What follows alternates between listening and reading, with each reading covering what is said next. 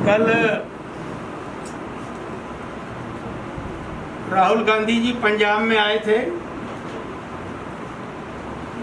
और कल फिर सुना है कि कुरुक्षेत्र में आ रहे हैं।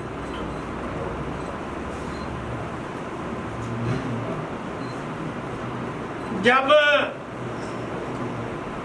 संसद में कृषि संबंधित तीनों अध्यादेशों के ऊपर चर्चा हुई और उनको कानूनी रूप दिया गया, उस दिन तो राहुल गांधी जी भी और उनकी माता श्रीमती सोनिया गांधी जी देश छोड़कर अमेरिका चले गए। और जब ये बिल पास हो गए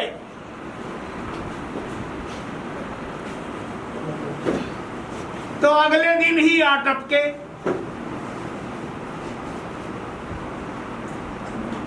किसी भी समस्या के हल के लिए पार्लियामेंट सबसे बड़ा प्लेटफॉर्म है।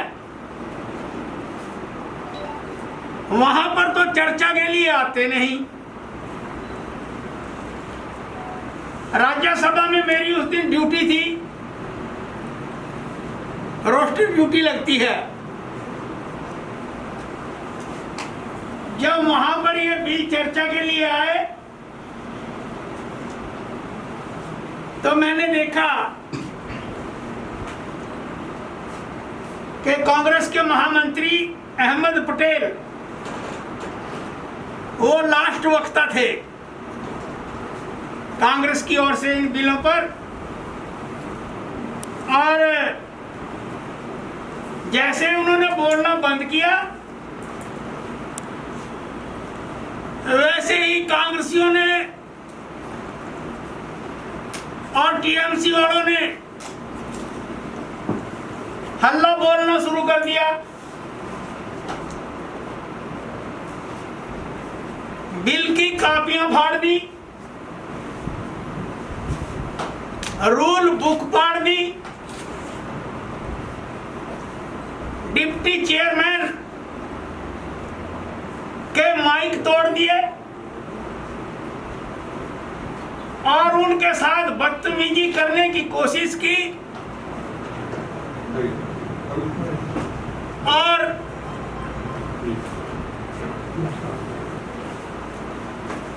भारतीय संसदीय परंपराओं के अंतर्गत और रूल ऑफ प्रोसीजर के अंतर्गत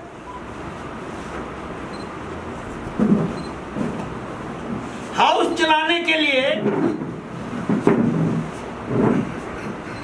हाउस का ऑर्डर में होना बहुत जरूरी है।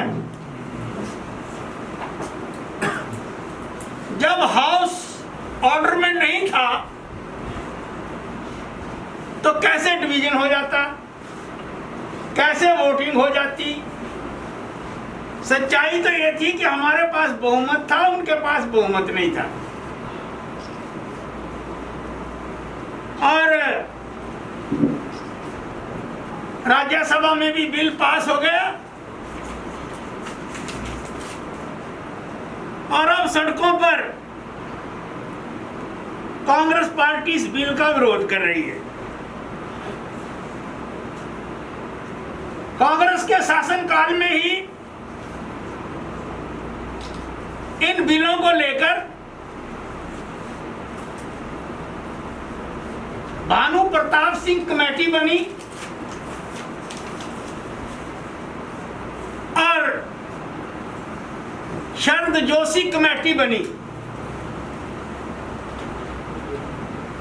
इन दोनों कमेटियों ने इन बिलों को हरी झंडी दी।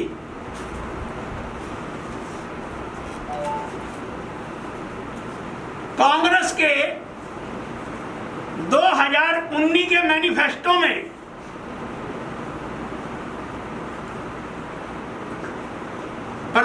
प्रधानमंत्री उस समय के मनमोहन सिंह के नेतृत्व में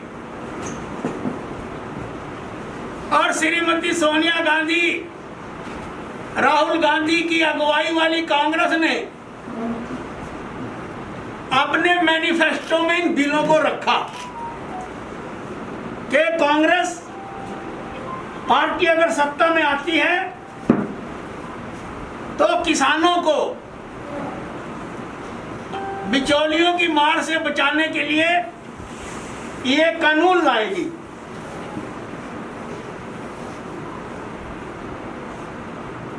लेकिन आज किस मुंह से विरोध कर रहे हैं?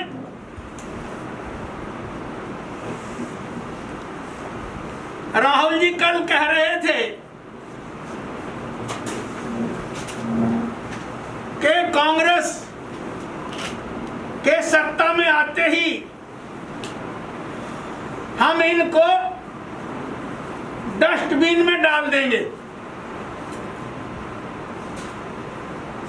वैसे तो देश में प्रजातंत्र है, जनता मालिक है, हर 5 साल के बाद चुनाव आते हैं, जनता सुप्रीम होती है, उसका फैसला हम शुरू से ही स्वीकार करते आए हैं।